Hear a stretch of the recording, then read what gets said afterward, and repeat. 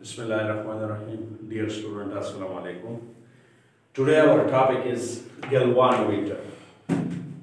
So in this topic, first of all, we define it. मतलब कि galvanometer किसे कहते हैं? An instrument which is used to measure small electric current is called a galvanometer. मतलब इसकी मदद से हम करंट को मेजर या डिटेक्ट कर सकते हैं किसी सर्किट में। इसके बाद फिर आता है प्रिंसिपल कि ये किस प्रिंसिपल पे काम करता है। ठीक है, तो लास्ट लेक्चर में हमने एक टॉपिक किया था टार्क होने करंट के मुताबिक। ये असल में गैल्वानोमीटर उसी टॉपिक का एप्लीकेशन है, इसमें उसको अप्लाई किया गया है। तो इसलिए देखिए प्रिंसिपल में आ जाता है its principle is torque on a current carrying coil in a uniform magnetic field. जिस तरह इस डायग्राम में आपको नजर आ रहा है, हमने एक कॉइल लिया है, उसको यूनिफॉर्म मैग्नेटिक फील्ड के अंदर रख दिया है। ठीक है, तो ये है इसका प्रिंसिपल। इसके बाद नेक्स्ट हमारे साथ आ रहा है कंस्ट्रक्शन के किस तरह से ये किन किन चीजों पे कंस्ट्रक्ट होता है या इसके मेन पॉइंट्स कौन से हैं जो इसमें इन्वॉल्व है। कंस्ट्रक्शन में अगर आप देखें, it consist of A rectangular coil, सामने आपको नजर आ रहा है, वही आप इसको ए बी सी डी भी कह सकते हो।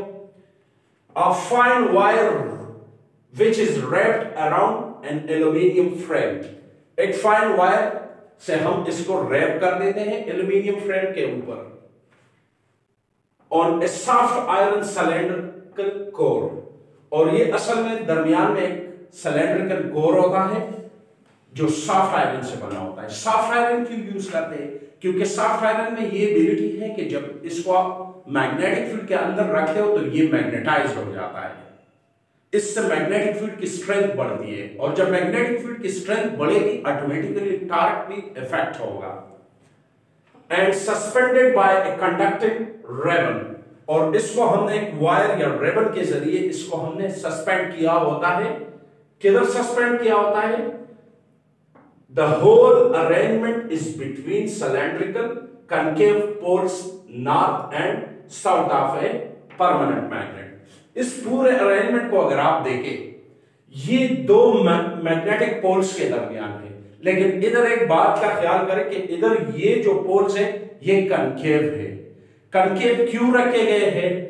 क्योंकि इसके दरमियान ये जो सिलेंडर है ये सिलेंड्रिकल शेप में है, तो सिलेंडर पे अगर हम स्ट्रेट रखेंगे फिर फील्ड यूनिफॉर्म नहीं होगा, या आप ये कह सकते हो कि फील्ड को रेडियल बनाने के लिए, क्योंकि जब ये हमारे साथ इस तरह से कनकेव शेप में होगा तो हर तरफ से मैग्नेटिक फील्ड इस पे यूनिफॉर्म बनेगा, इसलिए हमने इसमें ये कनकेव पोल लिए हैं।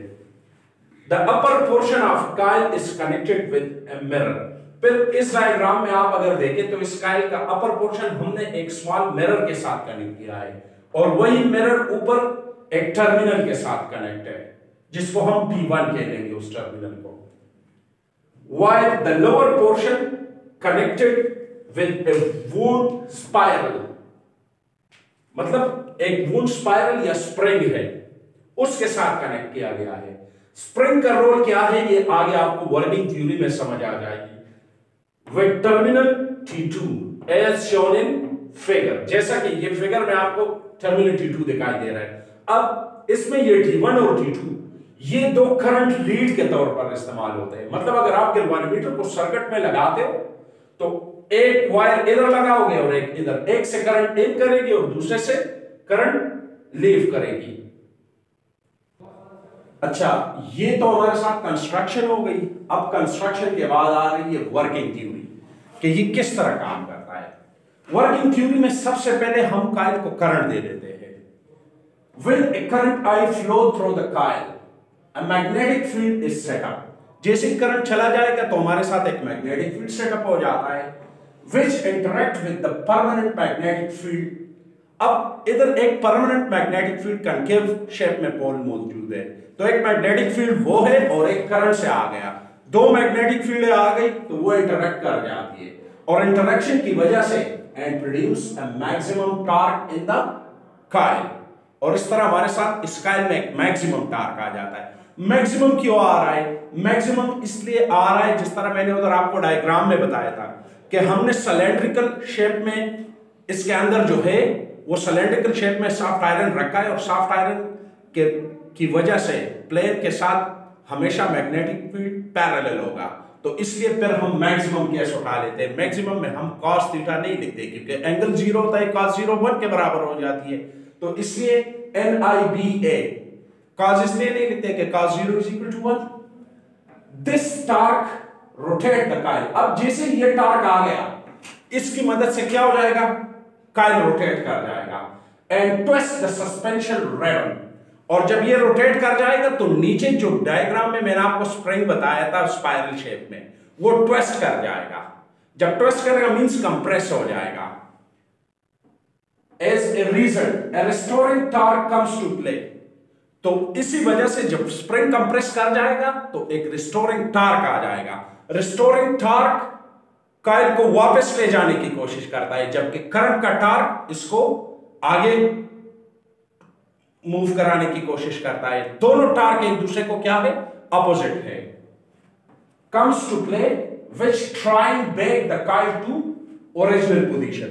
इस रिस्टोरिंग टॉर्क की यही कोशिश होती है कि कॉइल अपने ओरिजिनल पोजीशन पे चली जाए। This restoring torque is directly proportional to the angle of deflection. Angle of deflection means current पे डिपेंड करता है।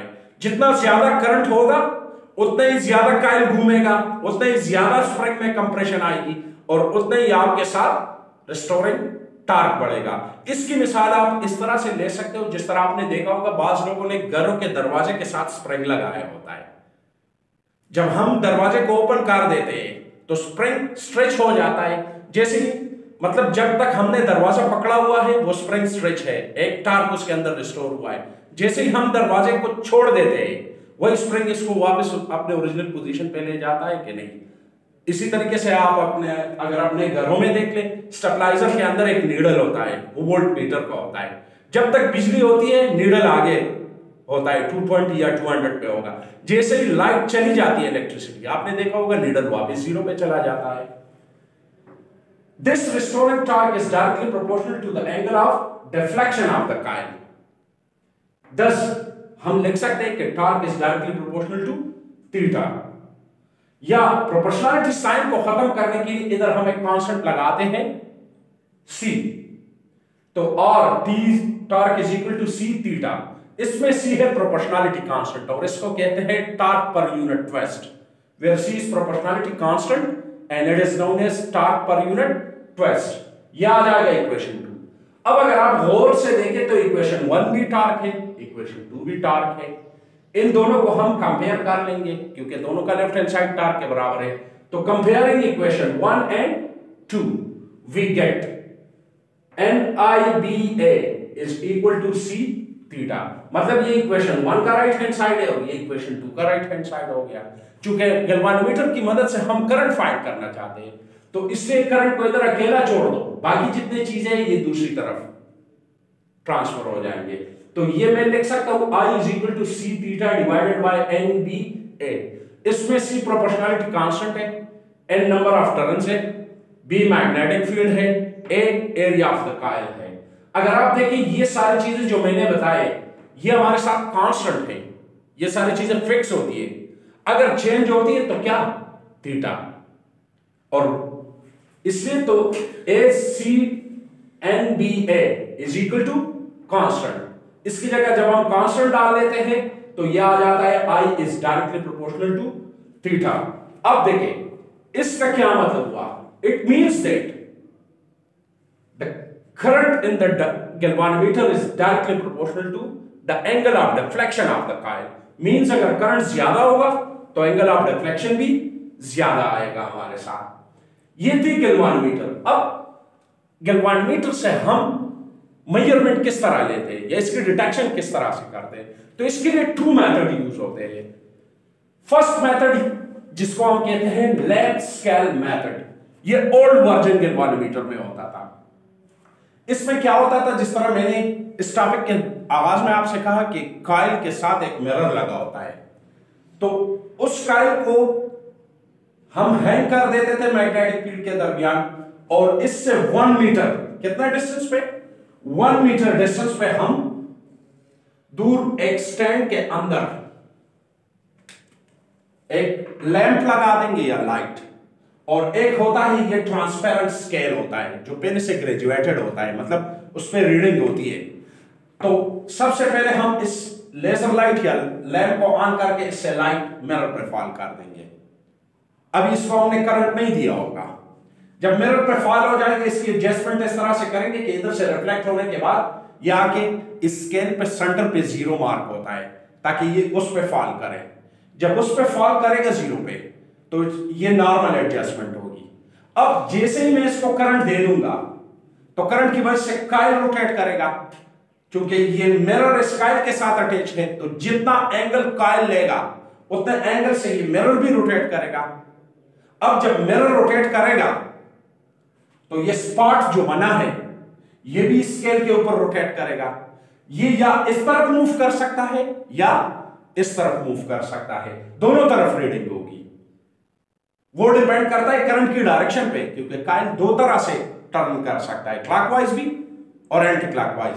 तो ये जब आगे स्पॉट मूव कर लेगा, क्योंकि ये तो ट्रांसपेरेंट है, हमें दिखाई देगा कि स्पॉट किधर बन रहा है, उधर से हम रीडिंग ले सकते हैं। ठीक है, तो ये एक मेथड हो गया। अब इसके बाद हम जाते हैं दूसरे मेथड की तरफ।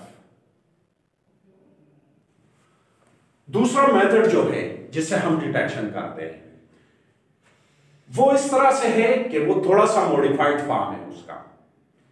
इसमें मिरर की जगह हम एक नीडल ले लेंगे, और ये नीडल जो होता है ये एल्यूमिनियम से बना होता है, इसका वेट लाइट होता है ताकि कॉइल पे कुछ वजन ना आए, उसके डिफ्लेक्शन में कोई फर्क ना आए। और स्केल को दूर रखने की बजाय इधर इस नीडल के नीचे रख देते हैं, बाकी कंस्ट्रक्शन वही होती है। ये नीडल इस कॉइल के साथ फिक्स होती है। जब हम इसको करंट दे देते हैं, ठीक है, तो जितना कॉइल घूमेगा नीडल भी उतना ही घूमेगा, और स्केल ऑलरेडी इधर पड़ा है, उस पर रीडिंग मौजूद है, आप उधर से चेक कर सकते हो। नॉर्मली जब करंट नहीं होगा तो आप देखोगे ये नीडल 0 पे होगा। अब 2 किस्म के गैल्वानोमीटर होते हैं, बाज ऐसे गैल्वानोमीटर जो सेंट्रल में 0 होता है, तो वो पॉजिटिव नेगेटिव रीडिंग के साथ आते हैं। बाज ऐसे होते हैं जिसमें 0 इधर होगा, तो फिर ये नीडल वापस इधर आएगा। दोनों सेम है, बल्कि आजकल तो अब इसका और मॉडिफाइड फॉर्म आ गया है डिजिटल, जिसमें आपको डिजिट्स दिखाई देते हैं। तो इस तरह से हम जो है गैल्वानोमीटर से रीडिंग ले सकते हैं। Thank you. If you have any question then comment please.